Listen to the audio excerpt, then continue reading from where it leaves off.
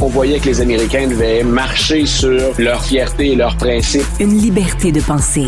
Mais il le fait d'une façon particulièrement grossière et maladroite. Une force internationale. Et même, on va plus loin. Luc La Liberté. Bonjour Luc. Bonjour. Il s'en passe des affaires au sud de la frontière. On va essayer d'être synthétique, à moins que tu veuilles revenir sur le match d'hier soir rapidement, parce que là, Ben là, Luc, ça se Je passe bien maintiens pour ma toi. prédiction initiale. C'est l'Espagne qui va remporter la Coupe. Mais- C'est contre l'Argentine plutôt que contre l'Angleterre. Mais donc, allez, viva la Roja! Mais l'Espagne est jugée favori de toute façon, là, sans avoir de favori. Là, l'Espagne a vraiment de fortes chances de l'emporter. Oui, mais écoute, l'Argentine a démontré encore hier à quel point, en fin de match, tard dans le match, même dans les arrêts de jeu à la fin, à quel point ils peuvent être menaçants et que ça leur prend très, très peu d'occasions pour marquer. On était confiant que l'Angleterre l'emporte jusqu'à quoi? Le 3/4 de la partie, puis ensuite, tout s'est écroulé. Donc, on se garde une petite gêne quand on a Messi et une telle force de frappe, mais je maintiens que la meilleure défense va l'emporter. On te sent de bonne humeur, en tout cas. on revient à la maison, tel Luc La Liberté, qui est lui-même revenu à la maison, comme vous pouvez le remarquer, ceux qui nous regardent à Cube Télé. J.D. Vance est allé faire un petit tour, petit de 3 heures, on s'entend, au balado de Joe Rogan, podcasteur connu L'un des plus aux populaires. États-Unis, l'un des plus populaires. Il a été question de plein d'affaires. D'ailleurs, c'est à se demander presque pourquoi J.D. Vance a accepté de se prêter à un tel exercice. C'était quand même, à certains moments, très Houleux. tendu, très houleux. Merci, Isabelle. Sur Epstein, sur Talarico au Texas, sur Israël. Je sais que tu n'as pas peut-être eu l'occasion d'écouter les 3 heures, là, Luc, mais peux-tu revenir un petit peu sur les moments phares de cet échange entre les deux hommes? Ben écoute, ça a été intéressant à plus d'un titre. Ce qui a fait la manchette ce matin, presque tous les médias américains ont récupéré la nouvelle, c'est, et tu l'as mentionné dans ton énumération, c'est ses propos sur Epstein. Et j'ai trouvé personnellement ça très intéressant avec d'autres thèmes, mais il a avoué presque candidement, et là ce sont mes termes, mais je ne crois pas trahir l'esprit de la chose, il a dit on l'a échappé avec la publication des documents du dossier Epstein. On a mal géré ça. Donc, on aurait dû être plus transparent, l'être plus vite, quitte à jouer avec le caviardage des documents si nous entretions encore des doutes. Mais il attribue ça, lui, essentiellement, de ce que j'en ai compris à tout le moins, à une erreur de communication. Donc, ça semble être le nouveau narratif qu'il souhaite mettre en place. Il y a 2 choses. C'est plus, à mon avis, qu'une erreur de communication, surtout qu'il l'attribue à quelqu'un qui n'est plus dans le décor, qui est l'ancienne procureure générale des États-Unis, Pam Bondi, à qui on a montré la porte de sortie. Mais ce que je trouvais intéressant aussi, c'est que cette nouvelle explication ou cette critique de l'administration, on la laisse porter par J.D. Vance lui-même. Et J.D. Vance était dans l'entourage du président quand on a parlé de la divulgation du dossier Epstein. Il est celui qui était en porte-à-faux avec les autres. Il a toujours maintenu, lui, qu'il souhaitait qu'on sorte ça plus vite, qu'on soit plus transparent. Et l'autre chose, c'est qu'il a malgré tout protégé Donald Trump, ne le lançant jamais sous le proverbial autobus, comme on le dit souvent. Donc, mais il s'est quand même bien positionné pour quelqu'un qui est un des 2 candidats présumés à la succession de Donald Trump pour 2028. Donc, J.D. Vance dit, vous voyez, je prends mes distances. Moi, sur Epstein, je suis un peu différent. Je vous dis pas que Trump est coupable. Je lui remets pas le nez dans ce dossier-là. Mais déjà, je me distingue des autres au sein de l'administration et en particulier de mon rival, dont je dis que je le respecte et que je l'aime bien. Mais les 2 rivaux, ça risque d'être Marco Rubio et J.D. Vance. Donc, il y a ce qu'il a dit et le fait que ce soit lui qui le dise et au moment choisi pour le dire, c'est-à-dire au moment où on en parlait encore hier, ça refuse de mourir cette idée donc du dossier Epstein. Les gens veulent en savoir plus et on relance continuellement l'administration. Mais c'est perçu comment, ça, cette prise de position-là de J.D. Vance, puis le fait qu'il ait participé à ce balado-là, il s'est commis quand même en quelque sorte sur plusieurs dossiers? Ouais, c'est intéressant. Moi, je pense que et ce soir, le président parle à la nation et ça aussi, ça fait partie d'une nouvelle opération de l'ensemble de l'administration. Ça ne va pas bien. Ce qui circule dans les médias, dans les sondages, ce qu'on nous rapporte de l'opinion de la population, on colle, mais dans le bas, finalement, du taux d'approbation. Alors, il faut qu'on prenne les devants, il faut qu'on aille motiver notre base, il faut qu'on rassure certains électeurs, il faut qu'on soit plus positif, il faut qu'on présente l'administration sous un jour plus positif.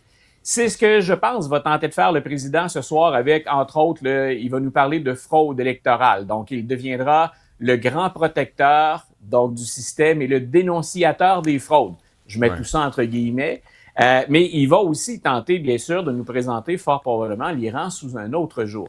Donc, J.D. Vance est allé faire quoi? D'abord, vous l'avez bien souligné, il est allé être vu et entendu. On prend finalement la parole pendant 3 heures.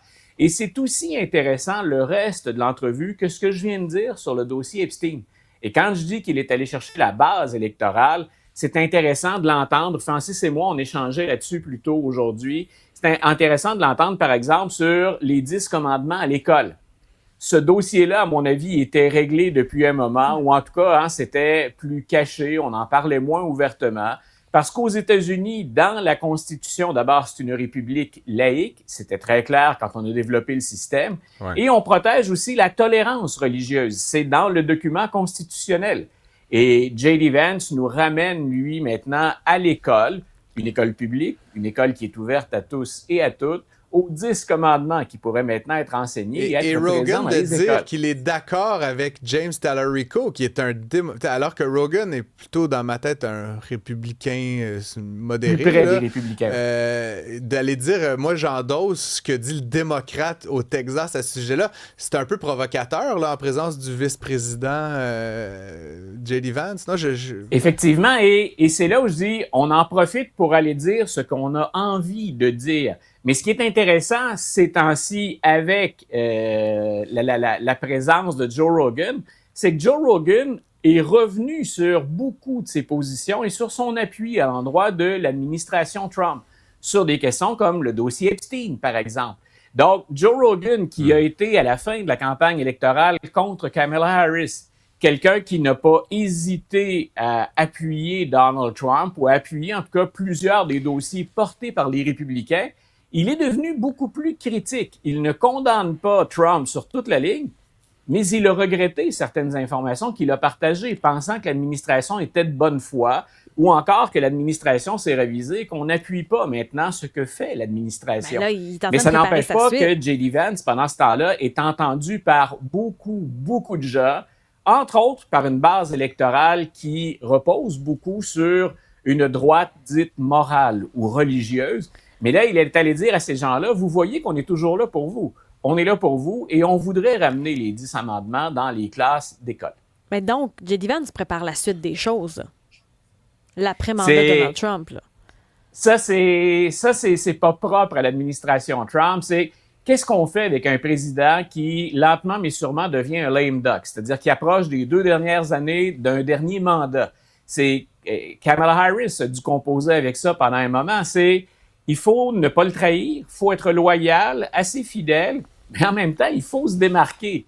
Et J.D. Vance et Marco Rubio sont dans cette phase maintenant. On verra si les élections de mi-mandat vont passer des messages qui vont les faire bouger, mais ils doivent donc se démarquer par des dossiers, par des prises de position. Et c'est intéressant de voir comment Donald Trump distribue les dossiers à un et à l'autre. Parce que Donald Trump anime cette course entre les deux hommes. Il va jusqu'à dire à ses partisans, lequel vous préférez, vous, Rubio ou Vance? Donc, il joue de cette rivalité. C'est un peu une télé-réalité de succession présidentielle. Mais ça, on le fait à la Trump. Mais c'est le cas de n'importe quel président qui est en fin de 2e mandat. Comment gère-t-il ses successeurs éventuels et comment les successeurs se démarquent-ils? On est en plein dans cette phase-là pour J.D. Vance et Marco Rubio. Il nous reste à peu près une minute là, qu'il y a des nouveaux tarifs de Donald Trump au Brésil. Une nouvelle cible pour Donald Trump. Ouais, c'est intéressant à plus d'un titre, ça. Tout d'abord parce que on pourrait penser que le Brésil est un allié des États-Unis, ou c'est quelqu'un, en termes de régime, sur lequel on peut compter, ou un système, un pays sur lequel on peut compter. En même temps, Donald Trump a encore de travers dans la gorge la décision de la Cour suprême sur les tarifs. Sa première justification pour imposer des tarifs douaniers à un peu tout le monde. Et ce qu'il a trouvé maintenant, c'est une nouvelle interprétation ou une nouvelle loi puis un nouvel article d'une loi pour être capable de revenir avec des tarifs. En même temps, il est en train d'antagoniser effectivement quelqu'un qui pourrait être un partenaire et qui l'a déjà été.